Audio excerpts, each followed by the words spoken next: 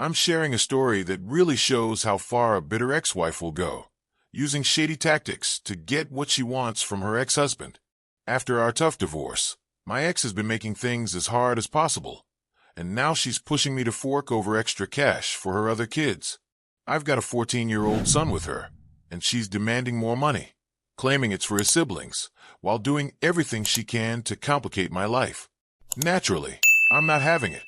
I'm not about to give in to her demands. This whole mess just proves why I'm so cautious about marriage now, and it makes me think twice about who I'd ever tie the knot with. I'm 40 years old, and my son, who's 14, is from my marriage to my ex-wife, which ended badly because she was secretly hung up on her old flame for years.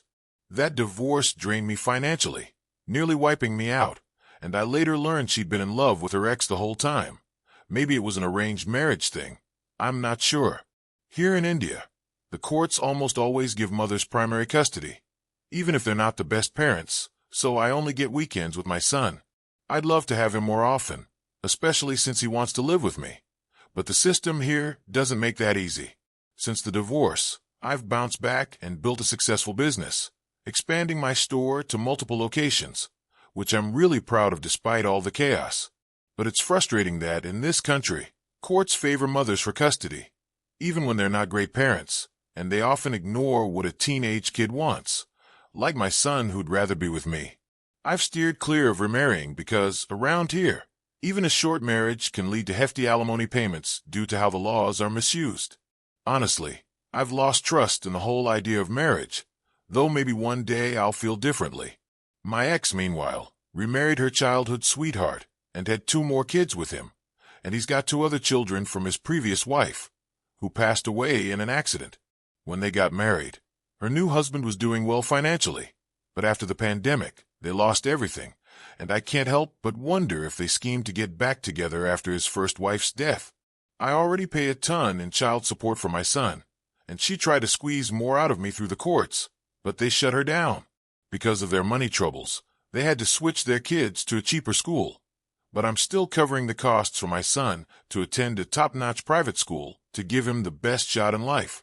This has caused tension because she keeps pestering me for more money, acting like I owe her other kids something, which I absolutely don't. It's getting old, dealing with her constant demands, especially since I have zero connection to her other children. She also blocks my son from attending family events on my side when she has custody, showing no willingness to compromise. She even tells me I should step up by giving money to her other kids, and she restricts my son from joining me on trips unless I get a month's notice through the court. I can only take him on summer vacations if I jump through legal hoops. She's doing everything she can to keep my son away from me, making my life miserable, and worst of all, she's hurting our son in the process.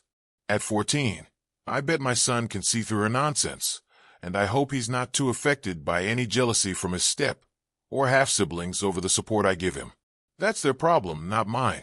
I threw a big birthday party for my son at my house, but it had to be weeks after his actual birthday because my ex wouldn't let him come over on the day.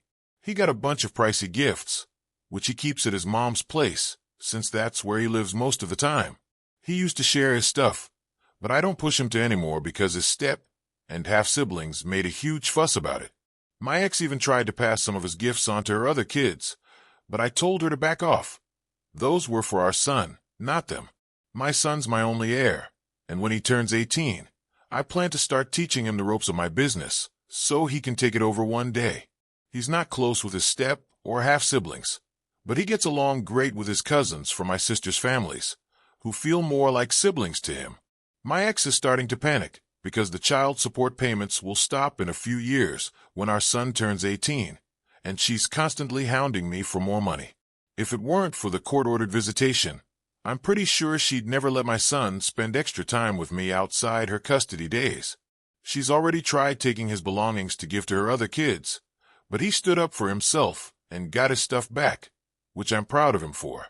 It's heartbreaking that, at just 14, he's already seeing how manipulative his mom can be, and I wish he could tell a judge he wants to live with me. But the system here doesn't work that way.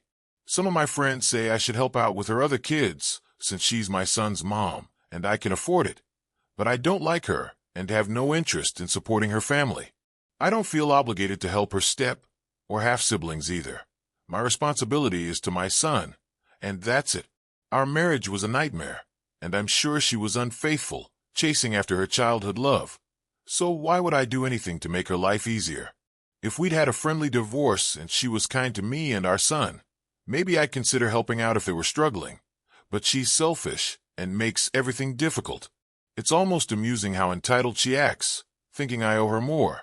And I bet she's freaking out knowing she's got just 4 years left before the child support ends.